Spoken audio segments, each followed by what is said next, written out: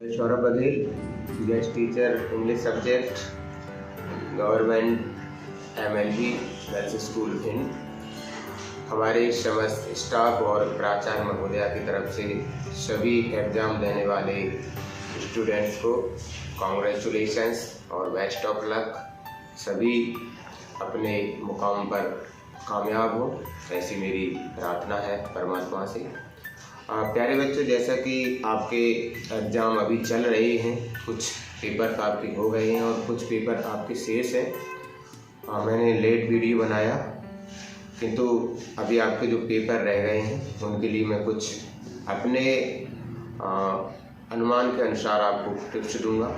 सर्वप्रथम सभी बच्चों को मैं पुनः मंगल कामनाएं प्रेषित करता हूं इस चैनल के माध्यम से।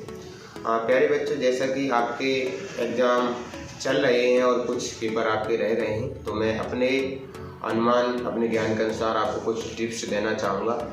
जैसा कि आप सभी को पता है, एग्ज़ाम हर किसी के लिए बड़ा डिफ़िकल्ट होता है और हर कोई एग्ज़ाम से घबराता है, किंतु हम यह भूल जाते हैं कि एग्ज़ाम ही हमारी ज़िंदगी के लिए सब कुछ नहीं है। इसके बाद भी बहुत रास्ते हैं।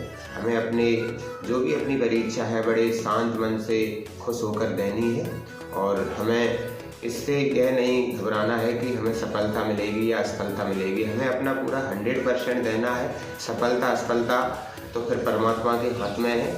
हमें अपनी कोशिश में तनकसी भी हमें कोताही नहीं बरतनी है। बड़ी ईमानदारी से हमें अपनी स्टडी करना है। तो प्यारे बच्चों, मैं कुछ आपको टिप्स देता हूँ।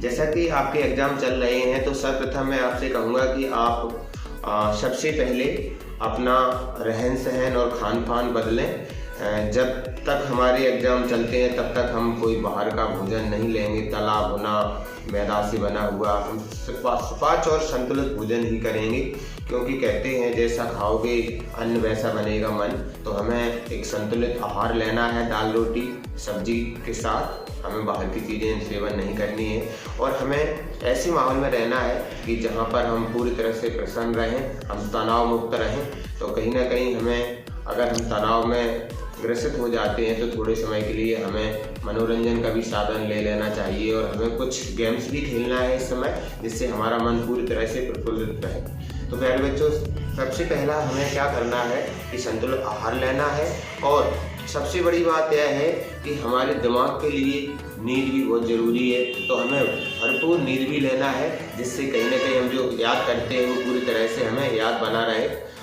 तीसरा, जब हम एग्ज़ाम हॉल में जाते हैं तो हम घबराहट महसूस करते हैं। हमें घबराना नहीं है। अगर लगता है कि हमने जो याद किया है हम भूल रहे हैं, तो आप 30 सेकेंड्स के लिए अपने आँख बंद करके आप सिर्फ अपनी सांसों को रोककर सांस गहरी लेंगे, ऊपर नीचे ऐसे हाथ करेंगे। तो मैं आपसे कहना चाहूँगा कि आपका जितना भी तनाव है दूर हो जाएगा और बड़ा अच्छा आप अंदर से फील महसूस करेंगे।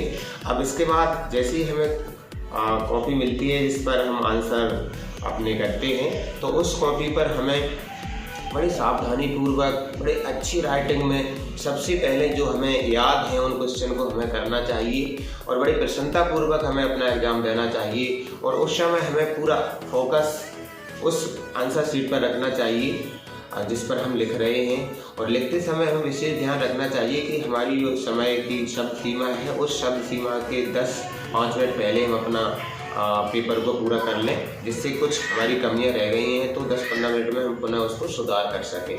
और सबसे अंतिम बात यह है कि जब हम पेपर करते हैं, आंसर शीट पर अपने क्वेश्चन को लिखते हैं, क्वेश्चन के आंसर को, तो हम कुछ गलतियां कर देते हैं कि हमें जो क्वेश्चन आते नहीं हैं हम उनको छोड़ के आ जाते हैं। हमें ऐसा नहीं करना है। हमें जो क्वेश्चन आते नहीं हैं उन क्वेश्चन को हम लास्ट में ज़रूर करके आएंगे। जो भी आता है उस विषय से संबंधित उसको हम लिख के आएंगे। हमें क्वेश्चन को छोड़ के नहीं आना है। अंत में मैं आप सभी से यह कहना चाहूँगा, मेरे प्यारे जितने भी बच्चे जो परीक्षा दे रहे हैं, आप बड़ों की ब्लेसिंग जरूर लें, क्योंकि ब्लेसिंग आशीर्वाद भी हमें कहीं ना कहीं परीक्षा में सफलता दिलाने के लिए हमें कहीं ना कहीं बेनिफिट देता है। हम सबसे प्रेम पूर्वक बोलें। और मैं अंत में कहना चाहूँगा कि जब हौसला कर लिया ऊंची उड़ान का, जब हौसला कर लिया ऊंची उड़ान का, तो फिर हम कद क्यों देखे आसमान का।